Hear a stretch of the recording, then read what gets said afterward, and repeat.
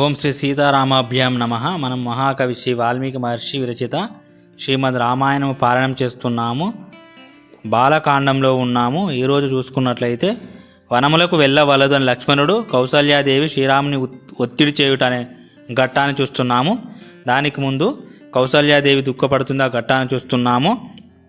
వర్షకాలమునందు కుంభవృష్టి వలన కృత నీటిచే పొంగి పొరలుచున్న ప్రవాహపు దాటికి మహానది తటములు తెగిపోవును. కానీ ఇంతటి దుర్భరమైన దుఃఖ వార్త యొక్క ఆటుపోట్లకు గురి అయ్యే నా హృదయం మాత్రము బ్రద్దలు అవుటలేదు కనుక నా గుండె గట్టిది అని నేను తలంచుచున్నాను. ప్రాణభీతిచే ఏర్పడుచున్న లేడిని సింహము బలవంతముగా లాక్కొని పోవును. కానీ యముడు మాత్రం నా ప్రాణములను అరించుకొని పోవుటకు ఇష్టపడలేదు. ఎందుకంటే యమలోకమున కూడా నాకు చోటు లేదేమో కనుక నిజంగా నాకు మరణమే లేనట్లు ఉన్నది. దుర్భరమైన ఇంతటి కష్టము వచ్చి పడ్డా నా హృదయము పగిలిపోవటలేదు. నేలపై పడి కూడా నా శరీరము ముక్కలు కాలేదు. ఆ రెండును ఇనుముతో చేయబడినవే కనుక నాకు అకాల మరణము లేదనుట నిశ్చయము. సంతాన ప్రాప్తికై నేను నోచిన నోములు, చేసిన దానములు, వనర్చిన ధ్యానాదులు, ఆచరించిన తపస్సులు ఈ సంఘటన కారణముగా చవిటి నేలలో నాటిన విత్తనముల వలె నిష్ఫలములైనవి. దూడకు దూరమైన గోవు వలె నీకు దూరమైనచో, అంటే నీ ఎడబాటుకు గురి అయినచో నేను జీవింపజాలను. తీవ్రమైన దుఃఖముల తాకిడికి తట్టుకొనలేని స్థితిలో ఉన్నవాడెవ్వడైనా స్వేచ్ఛగా అకాల మరణమును పొందగలిగినచో నేనును యమలోకమునకు అంటే మృత్యుముఖమున చేరియుండేడి దానను. చంద్రుని వంటి ముఖకాంతులు గల ఓ కుమార, స్వేచ్ఛా మరణము నాకు అసంభవము అంటే అకాల మరణము అయినప్పుడు ఇక నీకు దూరమై నీ ఎడబాటుకు లోనై నేను జీవించటయే వృథా. కావున వాత్సల్య కారణముగా విడిచి ఉండలేని ధైర్యము సడలిన గోవు లేగవలే నేను నిన్ను అనుసరించి వనములకు వచ్చేదను. కౌసల్యాదేవి సత్యప్రతిజ్ఞుడైన శ్రీరాముని గూర్చి ఒక్క క్షణము ఆలోచించెను. రాముడు అరణ్యములకు వెళ్ళినచో ఇక్కడ సపత్నుల వలన తనకు ఎదురగు దుఃఖ పరిస్థితులను సమీక్షించెను. పర్యావసనముగా తనకు సంభవింపనున్న ఆ తీవ్ర దుఃఖములకు తాను తట్టుకొనలేనని గ్రహించెను. అట్టి స్థితిలో బంధింపబడిన సుతుని చూచి దుఃఖితైన కిన్నెర స్త్రీ వలె ఆమె బోరు మనచు మిక్కిలి విలపించెను. శ్రీరాముని జనని అయిన ఆ కౌసల్యాదేవి ఆ విధముగా పరితపించుచుండగా లక్ష్మణుడు దైన్యముతో సమయోచితముగా ఇట్లు వచించెను. ఓ పూజ్యులారా, అమ్మ ఒక కుటిలాత్మురాలి యొక్క మాటలలో చిక్కుకొని రఘువరుడు రాజ్యాధికారమును త్యజించి వనములకు వెళ్ళుట నాకు సమ్మతము కాదు. మహారాజు వృద్ధుడు, పైగా విషయలోలుడై కామ వికారములకు లోనైన వాడు. అందువలన బుద్ధి వైపరీత్యమునకు గురి అయినాడు. ఈ స్థితిలో కైకేయి దుర్బోధలకు వశుడై ఉన్న మహారాజు ఇంతకంటే ఏమీ మాట్లాడగలడు? శ్రీరాముడు ఈ రాజ్యం నుండి వనములకు పంపబడుట గల కారణమేదియూ నాకు కనబడలేదు. అతడు ఎట్టి రాజద్రోహమునకు ఒడిగట్టలేదు, ఎట్టి అపరాధము చేయలేదు. రాముని ఎడ శత్రు భావము గల వాణిని గాని, రామునిచే నిరాదరింపబడిన వాణిని గాని ఈ లోకమున ఎవ్వడైనను ఆయన చేసిన దోషం ఇది అని రాముని పరోక్షమున సైతము పలికిన వాణిని గాని నేను ఇంతవరకు చూడలేదు.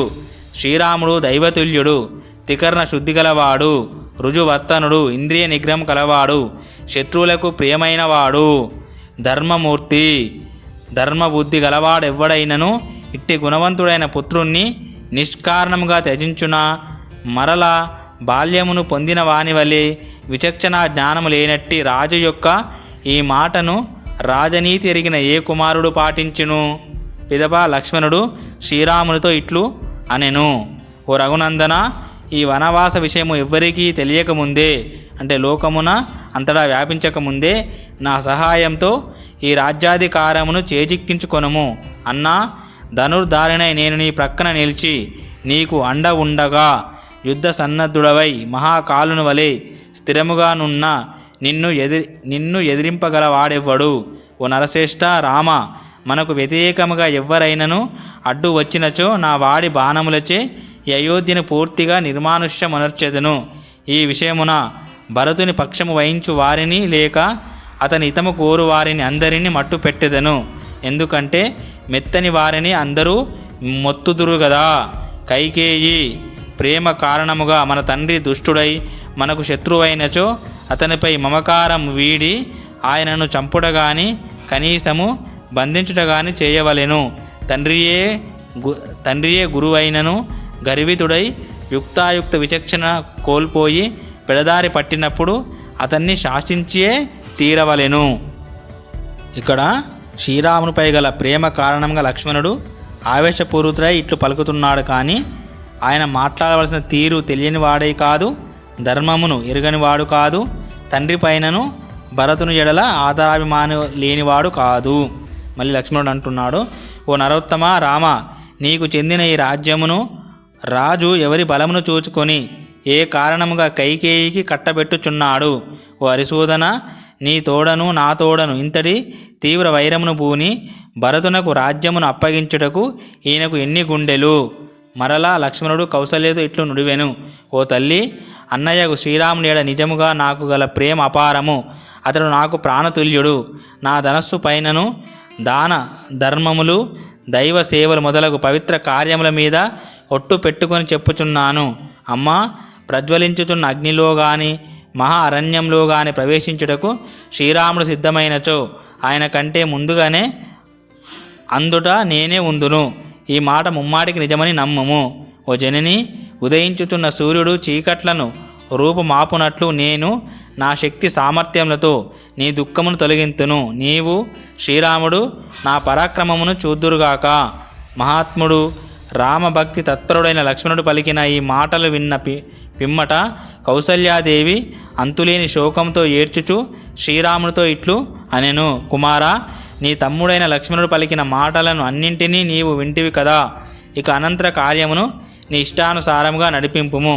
నాయనా, నా సవతి అగు కైకేయి పలికిన అధర్మ వచనములను విని శోకమున మునిగియున్న నన్ను ఇచ్చట విడిచి నీవు అరణ్యములకు వెళ్ళుట యుక్తము కాదు. కుమారా, నీవు ధర్మములను బాగా ఎరిగినవాడవు, ధర్మమూర్తివి. నీవు ధర్మమును ఆచరింపదలిచినచో ఇచ్చటనే ఉండి నన్ను సేవింపుము. ఆ విధముగా మాతృసేవారూపమున ఉత్తమ ధర్మమును ఆచరింపుము. నాయన, కశ్యపుని పుత్రులలో ఒకడు ఇంటనేయుండి నియమ నిష్ఠా జీవనుడై మాతృసేవ అనేటి మహాతపస్సును చేసి తత్ఫలితముగా సద్గతిని పొందెను. మహారాజు గౌరవపూర్వకంగా నీకు పూజ్యుడైనట్లే నీ తల్లినైన నేనును నీకు పూజ్యురాలను. నీ వనవాసమునకు నేను అనుమతింపను కనుక నీవు వనములకు వెళ్ళవద్దు. రామా, నీవు నా కనుల ఎదుట లేనప్పుడు నాకు సుఖమెక్కిడిది. ఆ స్థితిలో నేను జీవించి ఉండవలసిన పని ఏమి? నీతో కూడి నేను వనములలో కందమూలములను భక్షించుచు కాలము గడుపుటే నాకు మేలు. శోకముతో కుమిలిపోవచున్న నన్ను విడిచి నీవు వనములకు వెళ్ళినచో నేను ప్రాయోపవేశము చేసేదను. ఎందుకంటే నీ విచట లేనిచో నేను జీవించి ఉండజాలను. కుమారా, తల్లికి దుఃఖము కలిగించుట ద్వారా అధర్మమును ఆచరించి నదినాథుడైన సముద్రుడు లోకప్రసిద్ధమైన బ్రహ్మ హత్య వలన కలుగు నరకయాతనకు గురి అయ్యెను. నీవు నన్ను దుఃఖముల పాలు చేసి అరణ్యములకు వెళ్ళినచో సముద్రుని వలె నీకు దుఃఖములు సంభవించును. ఆ విధముగా కౌసల్యామాత దైన్యముతో విలిపించుచుండగా ధర్మాత్ముడైన శ్రీరాముడు ధర్మబద్ధముగా ఆమెతో ఇట్లు నుడివెను, అమ్మా, తండ్రి ఆజ్ఞను జవదాటకు నేను అశక్తుడను. శిరసా నీకు ప్రణమిల్లుచున్నాను. నేను వనములకు వెళ్ళుటకే సిద్ధముగా ఉన్నాను. దయతో అనుమతింపుము. కండుడు అను మహర్షి గొప్ప విద్వాంసుడు, వ్రత దీక్షాదక్షుడు, ధర్మరహస్యములను బాగా ఎరిగినవాడు. అయినను తండ్రి ఆజ్ఞను తలదాల్చి గో హత్యను గావించెను. అంటే నా వనవాసము తండ్రి ఆజ్ఞ కదా. పూర్వము మనవంశమునికే చెందిన సగరుని పుత్రులైన సాగరులు తమ తండ్రి ఆనతి అనుసరించి భూమిని త్రవ్వుచు మృత్యువు పాలైరి. శిరోధార్యమైన తండ్రి ఆజ్ఞను పాటించుటకై వారు ప్రాణములను ఆహుతినర్చిన పుణ్యమూర్తులు. జమదగ్ని కుమారుడైన పరశురాముడు తండ్రి ఆనతి మేరకు తన తల్లి అయిన రేణుకాదేవి శిరమును అరణ్యమునందు స్వయముగా గండ్రగొడ్డలితో ఖండించెను, అంటే నరికివేసెను. అంతేకాదు, వీరి వలనే దైవతుల్యులైన ధర్మజ్ఞులైన తదితరులు పెక్కుమంది తండ్రుల ఆజ్ఞలను అనుసరించి నడుచుకున్నారు. పిత్రాజ్ఞ కాదరానిది, అంటే వద్దు అని చెప్పరాది. కావున మా పితృపాదుల తృప్తికై హితమునకై నేను వనముల కేగెదను.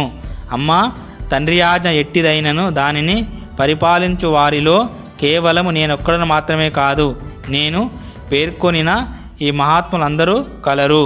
తర్వాతి భాగంలో మన శ్రీరాముడు ఇంకా తల్లితో ఏమంటున్నాడో అదేవిధంగా లక్ష్మణ స్వామితో ఏమంటున్నాడో చూద్దాము. చాలా అద్భుతంగా ఉంటుంది. ఓం శాంతి శాంతి శాంతి. హరి ఓం తత్సత్. సర్వం శ్రీరామకృష్ణార్పణమస్తు.